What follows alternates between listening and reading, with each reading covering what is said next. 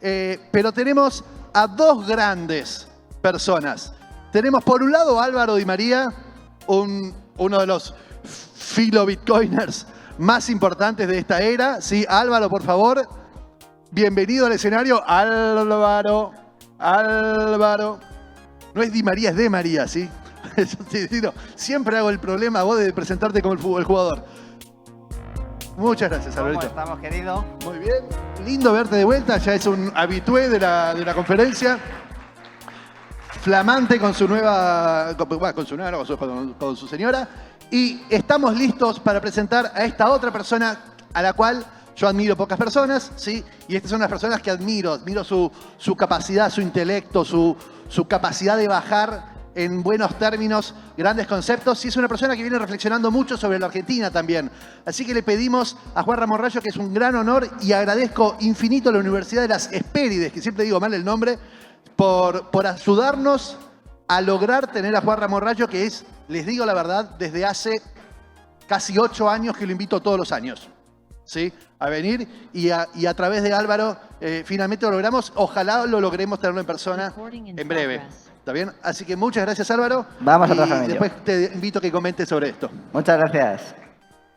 Hola a todos, buenos días, Argentina. ¿Ese fue él? Ese fue él. Perfecto. Muchas gracias. Bienvenido, Juan. Adelante, entonces.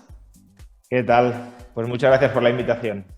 Para los que no lo sepan, pues ha habido unas inundaciones inmensas en Valencia y estamos hablando de centenares de muertos. La verdad que la actuación del poder político ha sido lamentable en la prevención y en todo. Y te quería preguntar, Juan Ramón, ¿cómo lo estás viendo tú también? Porque es que están literalmente impidiendo que llegue la ayuda, ¿no?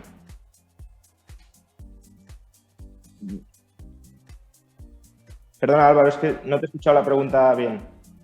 Sí, que cómo veías tú la situación y la actuación del poder político en la catástrofe que estamos viviendo en España. Te escucho un poco mal, pero bueno, creo que me has preguntado por los trágicos acontecimientos en Valencia, sobre todo en Valencia, no solo en Valencia, pero prácticamente de manera mayoritaria en Valencia.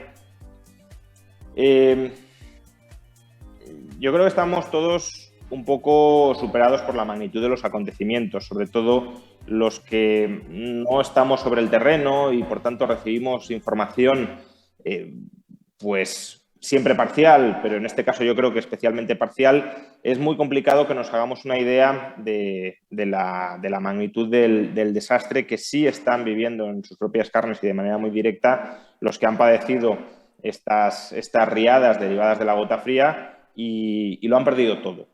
Muchos de ellos han perdido sus propias vidas, como decía Álvaro. La cifra de muertos oficiales no alcanza todavía los 200, pero tal como sigue la evolución y dado que todavía no se han encontrado todos los cadáveres, muy probablemente la superará, por desgracia. Álvaro, mientras retorna, te agradezco por traer el tema también de España, lo que está pasando, ¿sí? En Valencia es tremendo, las imágenes que se ven son tremendas, ¿sí? Y generar conciencia y encontrar formas de ayudar también me parece que sería importante. No sé si conoces alguna para colaborar, pero... Sí, de hecho Bit2Me, por ejemplo, que está por aquí también la empresa, ha facilitado direcciones de Bitcoin también para poder donar directamente a la Cruz Roja. De verdad que la situación es escandalosa. El gobierno solo ha enviado a 500 efectivos y estamos hablando de que hay más de 800 desaparecidos. O sea, es una locura. Bukele ha mandado a 300 y el presidente del gobierno de España ha rechazado la ayuda de Francia. O sea, de verdad que estamos viendo cómo el Partido Socialista en España es criminal directamente. Estamos viendo una salvajada, una auténtica locura. Entonces, cualquier ayuda es poca, la situación es muy trágica. Tenemos amigos allí que han perdido todo. No hay ni un local en muchísimos pueblos, ni un solo local comercial. Todos los coches se han perdido. La situación es una completa tragedia. Y de verdad que cualquier ayuda es poca y la situación es catastrófica. Ya veréis las imágenes por redes sociales, cómo van ríos por las calles, que arrastran coches con personas dentro. La situación, la verdad, que va a ser una de las mayores tragedias de la historia de España. Bueno, lo lamento mucho para ustedes dos, la verdad, o sea, por ustedes, por España. Juan, ¿nos volvés a escuchar ahora? Sí, bueno, os podemos escucho, avanzar entonces ya disculpad que se ha cortado a los ciudadanos de que había problemas.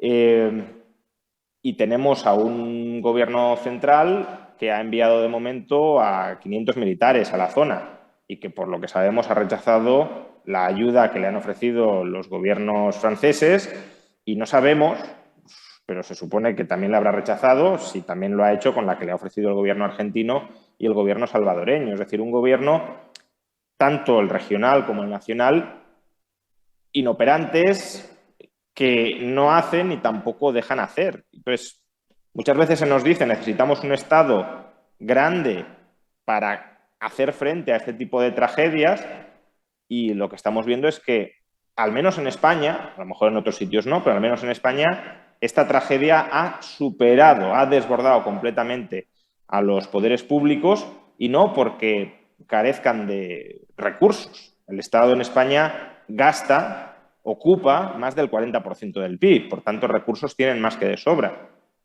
Lo ha superado por una clase política radicalmente incompetente que no está capacitada para hacer frente a este tipo de acontecimientos y luego porque la organización del Estado lleva a un bloqueo a la hora de tomar decisiones, no las quiere tomar el gobierno regional, no las quiere tomar el gobierno nacional y a repartirse las culpas entre ellos.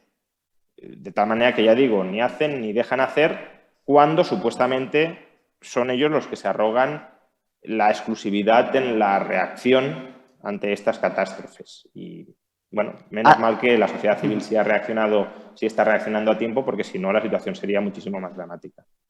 España lleva unos años camino hacia el precipicio.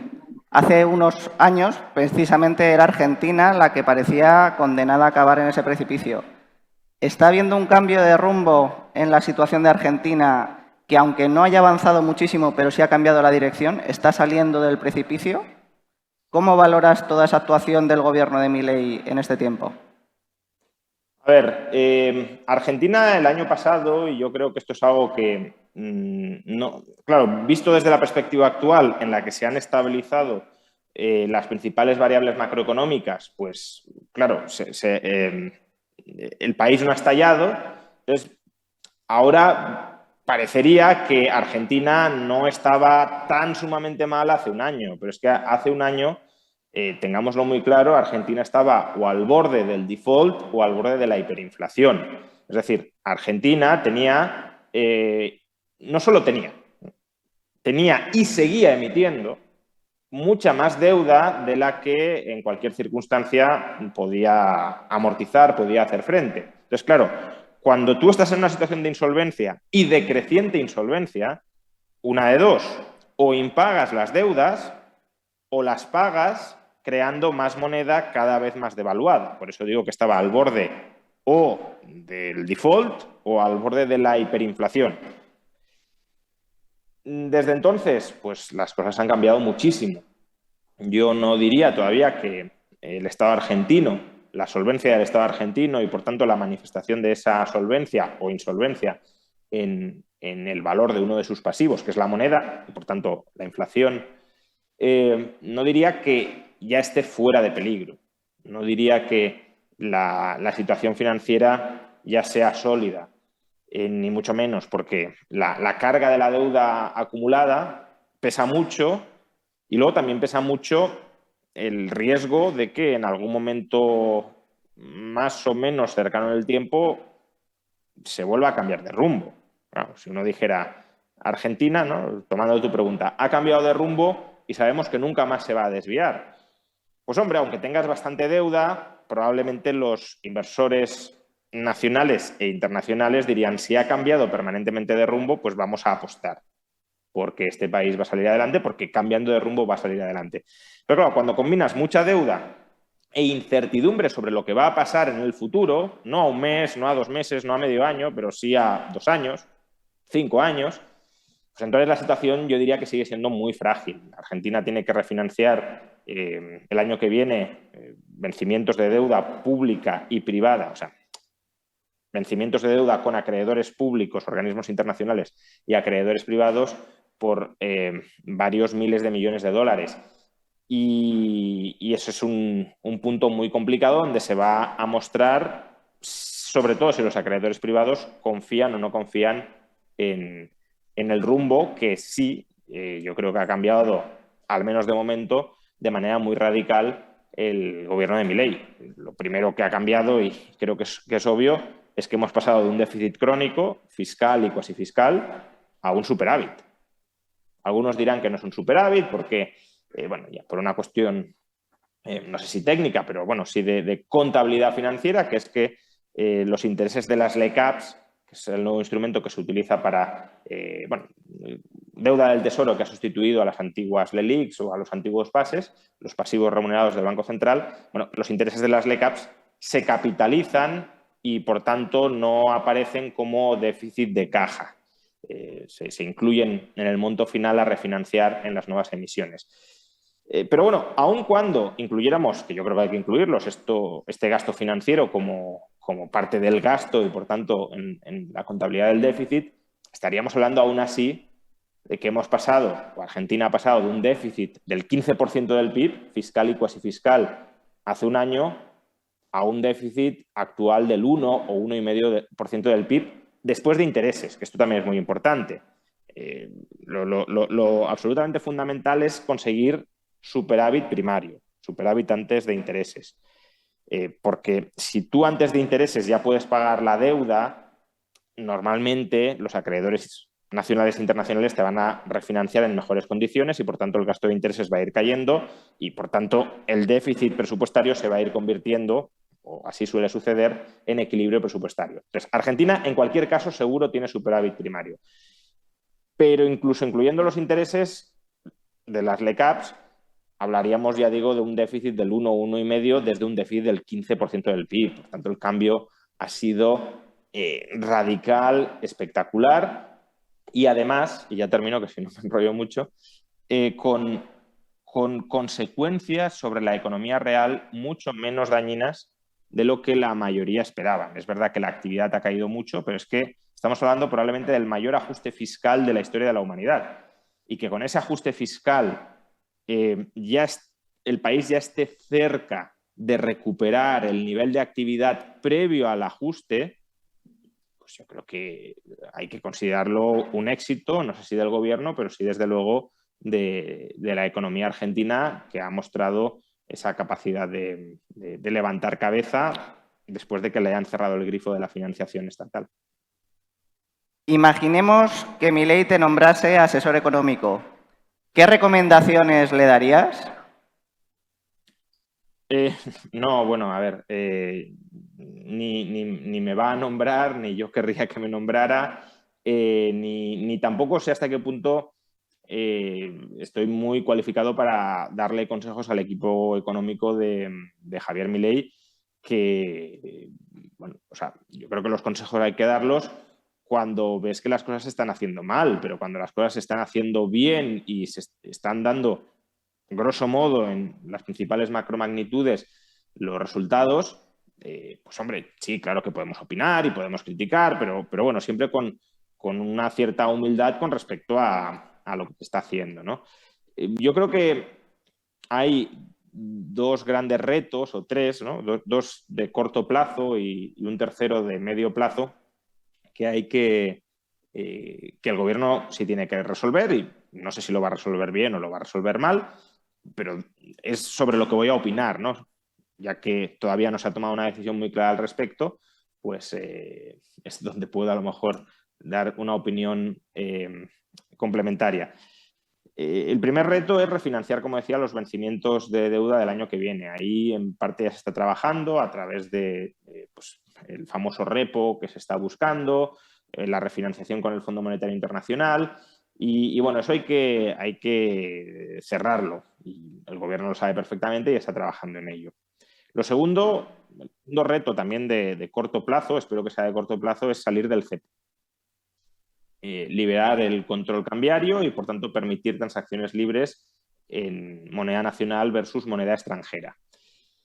Eso es algo que, desde mi punto de vista, y aquí ya digo, no sé si dar consejos, porque en cualquier caso, con este modelo se está consiguiendo cuadrar las cuentas y hasta cierto punto puedo entender por qué son prudentes al respecto, Pero el cepo hay que levantarlo. Yo creo que habría que haberlo levantado antes, pero bueno, entiendo los pros y los contras de haberlo levantado antes, pero en todo caso, cada día que pasa, y esto está implícito en las declaraciones que hacen los miembros del gobierno, dicen, cada día estamos mejor para salir del cepo. Bueno, pues si cada día estás mejor para salir del cepo, cada día es menos justificable que te mantengas en el cepo. Entonces, el cepo hay que levantarlo, y ahí habrá un reto de tratar de estabilizar el tipo de cambio sin que generen nuevos fogonazos inflacionistas. Una posibilidad cuando se levante el cepo es que el peso se deprecie, porque el cepo lo que hace es reprimir artificialmente la demanda de dólares. Por tanto, si tú levantas esa restricción y incrementas la demanda, o permites que se incremente la demanda de dólares, pues eso te puede llevar a una depreciación del peso, y eso que se traslade a inflación. Ahí sea muy importante que el Banco Central, y yo creo que por eso quieren, antes de levantar el cepo, tener más reservas internacionales, ahí el Banco Central deberá jugar un papel de estabilizar el valor del peso, porque bueno, aquí hay mucha controversia, ¿no? Hay quienes ven que si el Banco Central estabiliza el valor del peso, pues es una especie de intervencionismo estatal. Yo no lo veo así. El peso es un pasivo del Banco Central y, por tanto, si tú emites una deuda, lo que no puedes hacer es desentenderte del valor de esa deuda. Lo que no has de hacer, claro, es regular los precios. Pero si tú tienes activos, claro que puedes intentar levantar o estabilizar el valor de tu pasivo con tus activos. Para eso tienes activos y tienes pasivos. Entonces, ahí jugará, yo creo, un papel importante las reservas internacionales, porque si no se estabiliza pueden volver al menos durante un tiempo ciertas expectativas inflacionistas, pero también con el equilibrio difícil de alcanzar de, claro, si el Banco Central estimula o fomenta un tipo de cambio entre el peso y el dólar excesivamente apreciado para el peso, eso puede o tendrá en cualquier caso repercusiones sobre la competitividad de la economía argentina. Entonces ahí también hay un equilibrio peligroso o complicado de lograr. Hemos visto... Uy, perdón, no te quería No, cortar. digo, y lo tercero, rápidamente, porque además creo que complementa esto que estaba diciendo, el gobierno de Milei va a tener que decidir si el peso sobrevive o si implanta o permite que florezca la competencia de monedas cerrando el Banco Central.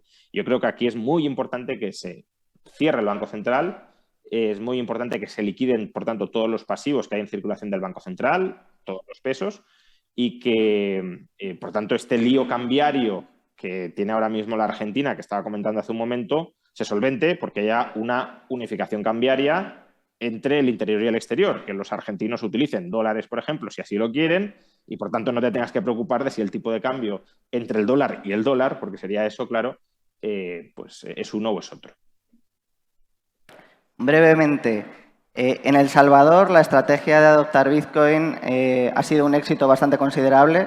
Les ha posicionado a nivel internacional, ha sido capaz de atraer muchas inversiones. ¿Crees que Argentina podría hacer algo en esta línea? Facilitar los intercambios, facilitar la adopción sin ceder tus datos. ¿Crees que esto podría ser positivo y qué papel podría jugar Bitcoin para Argentina?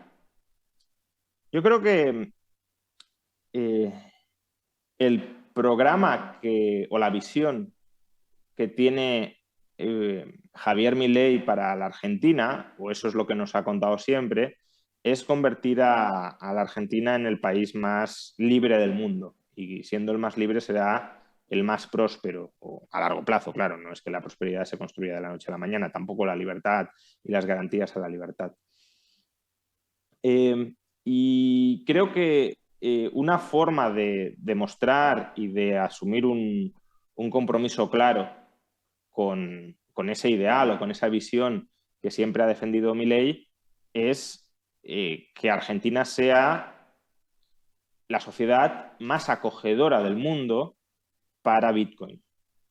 Porque el ideal de Bitcoin, o las ideas detrás de Bitcoin, sabemos que son en su origen ideas libertarias, y que además Bitcoin pretende ser un vehículo para proteger la libertad y, como Álvaro muchísimas veces ha explicado, la propiedad privada, ¿no? Una redefinición de la propiedad privada que eleva muchísimo la capacidad del gobierno o de cualquier otro agente para expropiarla. Y Si tú crees que tu país se ha de convertir en algo así como, o ha de compartir los mismos ideales que han inspirado a Bitcoin, que tu país sea un entorno institucional donde florezca la libertad y donde la propiedad privada sea muy difícilmente confiscable, porque el gobierno no la va a confiscar y no va a tolerar que otros la confisquen, entonces tienes que dar cabida a que Bitcoin y los bitcoiners, es decir, los usuarios, los tenedores de Bitcoin, puedan estar en la Argentina en el clima de mayor libertad y de mayor desarrollo libre de este nuevo activo digital que haya en cualquier otra jurisdicción del planeta. Creo además que Milei cometería un error muy grande si desatendiera esta tolerancia irrestricta que debería tener hacia Bitcoin y hacia el desarrollo de Bitcoin, porque incluso una persona que claramente desde mi punto de vista no es libertaria, pero a la que Milei sí ha mostrado en algunas ocasiones admiración, como es Donald Trump, incluso él está diciendo que quiere convertir a Estados Unidos en el sitio o en el lugar de referencia para poder tener, para poder minar y para poder desarrollar Bitcoin. Creo que, ya digo, Milei cometería un error muy grave si no intentara que Argentina fuera muchísimo mejor de lo que Trump aspira a que sea Estados Unidos para acoger Bitcoin. Eres decano de la Universidad de las Hespérides. ¿Puedes hablarnos de ella? ¿Qué estáis haciendo por la libertad? Bueno, aquí también podemos coger otra de las ideas que Milei, yo creo que con razón, ha defendido y ha insuflado en la sociedad argentina, y es que la batalla cultural es fundamental. La batalla cultural para tener una sociedad libre es absolutamente fundamental.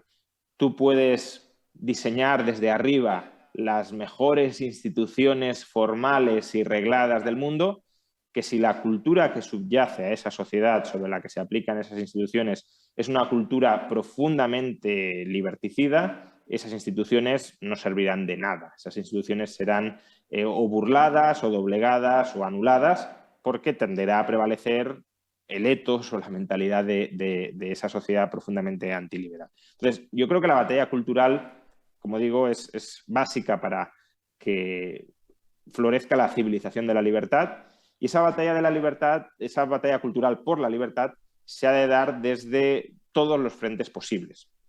Medios de comunicación, redes sociales, la calle, la familia, nuestros grupos de amigos, nuestras comunidades, nuestros centros de trabajo, pero también desde lo que podríamos llamar centros de pensamiento, centros de generación de conocimiento, como son las universidades. En España hemos conseguido, yo diría, colocar una pica en Flandes creando la Universidad de las Hespérides, porque es una universidad oficial, legal en España, que además, en consecuencia, también es oficial y legal en todo el espacio de educación superior europeo, en la Unión Europea, y lo hemos hecho con dificultades frente a la burocracia, ¿no?